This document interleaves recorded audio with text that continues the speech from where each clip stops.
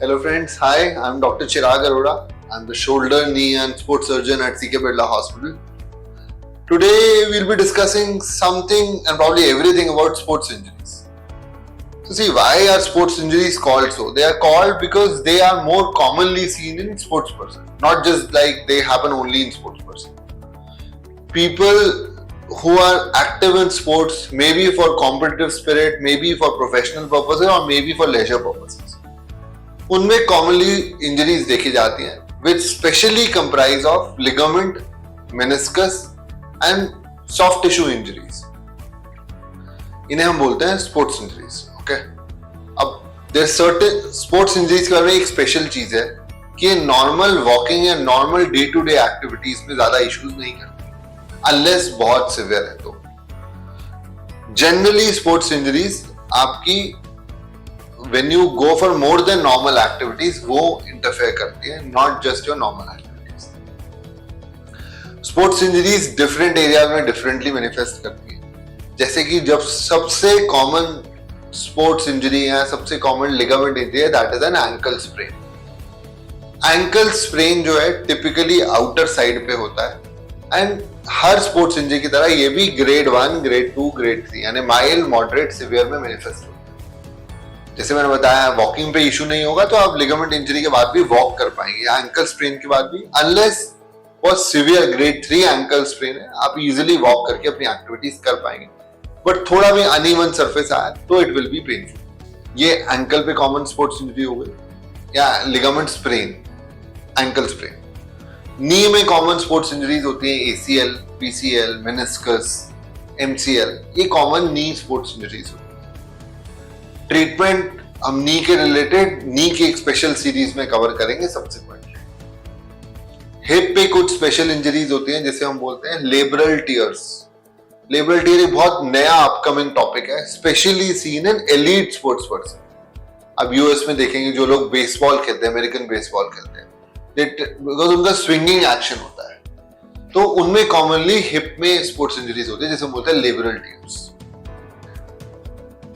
Subsequently spine में कुछ format और स्पोर्ट्स इंजरीज होती है, नॉट वेरी कॉमन बट हाँ होती है, जिसे हम बोलते हैं स्पॉन्डाइलोलिस्थेसिस या स्पॉन्डाइलोलाइसिस. उसके बाद आप ऊपर आते हैं शोल्डर में जो लोग थ्रोइंग पोजीशंस में रहते हैं, जो लोग जैवलिन थ्रोअर्स होते हैं, जो लोग वॉलीबॉल कॉमनली खेलते हैं या किसी फॉर्मेट ऑफ ओवरहेड स्पोर्ट्स खेलते हैं, उनमें कॉमनली शोल्डर डिसलोकेशंस कॉमन. एक चीज जो मैं शोल्डर डिसलोकेशंस के बारे में आपको बताना चाहूंगा है, शोल्डर डिसलोकेशन एक बार हुआ है, देयर आर चांसेस कि शोल्डर डिसलोकेशन रिकरेंट हो जाए यानी बार बार होने लग जाए. कुछ रिस्क फैक्टर्स होते हैं जो शोल्डर डिसलोकेशन को रिकरेंट बनाते हैं, वो हम डिस्कशन शोल्डर की रिकरेंट डिसलोकेशन सीरीज में अलग से करेंगे. और शोल्डर स्पोर्ट्स इंजरीज होती हैं, कई बार रोटेटर कफ टियर्स होते हैं, देन इम्पिंजमेंट होता है. जो लोग ओवरहेड स्पोर्ट्स करते हैं उनमें shoulder impingement is very common. I will discuss about a patient also in shoulder impingement. जो उसके अदर देन दैट जो शोल्डर की इंजरीज होती हैं वो उसमें होता है कई बार इंस्टेबिलिटी होती है शोल्डर की. ये major shoulder sports injuries. Coming next to elbow में tennis elbow is very common, golfer's elbow is very common.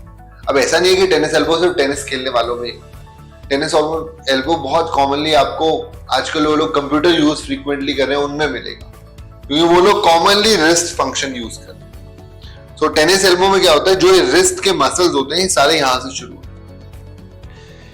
अब जो लोग रिस्ट का यूज ज्यादा करते हैं उनमें यहाँ पे टेनिस एल्बो होने का रिस्क है.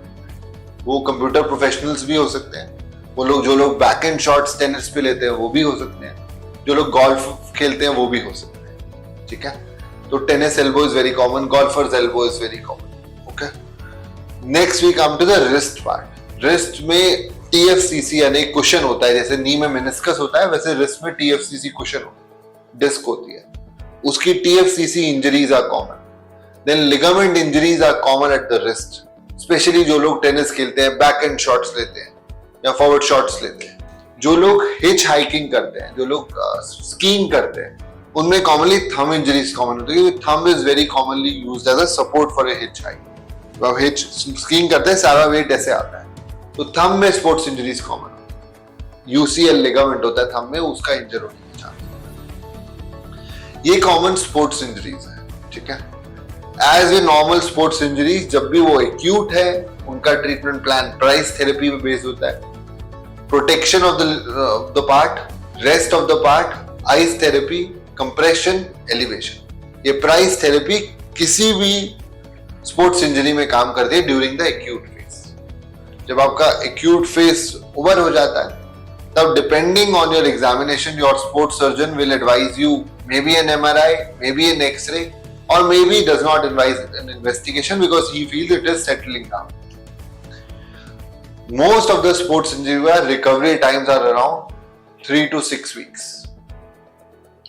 But again, same thing I am telling you again, आपकी normal activities, आपकी normal office job, आपका normal walking, वो सब आप 5 to 6 days after injury start कर सकते हैं.